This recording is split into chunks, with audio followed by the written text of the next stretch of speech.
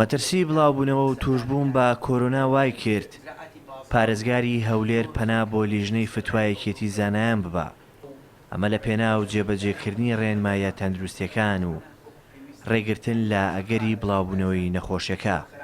هەر بۆیە وەک یەکێک لە ڕێکارە خۆپارێزیەکان بڕیاردرا تا 21 ئەم مانگە گێڕانی پرسە بە هەموو شێوەیە قەدەغە بکرێت.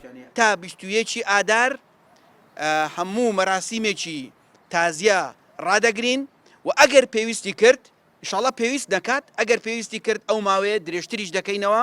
دیسان وەکو باس بکرد ئەمە تەنها بۆ پارێزگاریکردنە. وەک نەریتێکی کۆمەلگای کوردی پرسەگێڕان هۆکارێکە بۆ دڵدانەوەی خانەوادەی کەسی کۆچ کردو.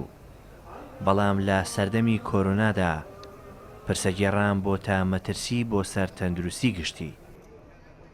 ڕاگررتنی پرسە ناحەی دینی هیچ کاریگەری و تەسیرێکی نییە کە ڕاگررتنی شەعیرەیەکی دینی بیت یان هێمایەکی ئاینی بیت.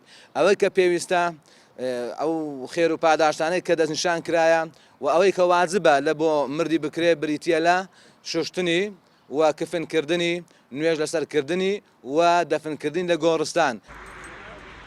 حکوومەت پێشتر کۆمەڵێک ڕێوشوێنی گرتووە بەر تەندروستی هەولێریش دڵنیایی لەو ڕێکارانە دەدا کە لە پێناو بەرەنگاربوونەوەی مەترسی کۆرۆنا گیراوەتە بەر. تا ئێستا لە سنووری پارێزگای هەولێر 12 شوێن هەیە بۆ کەرەنتین.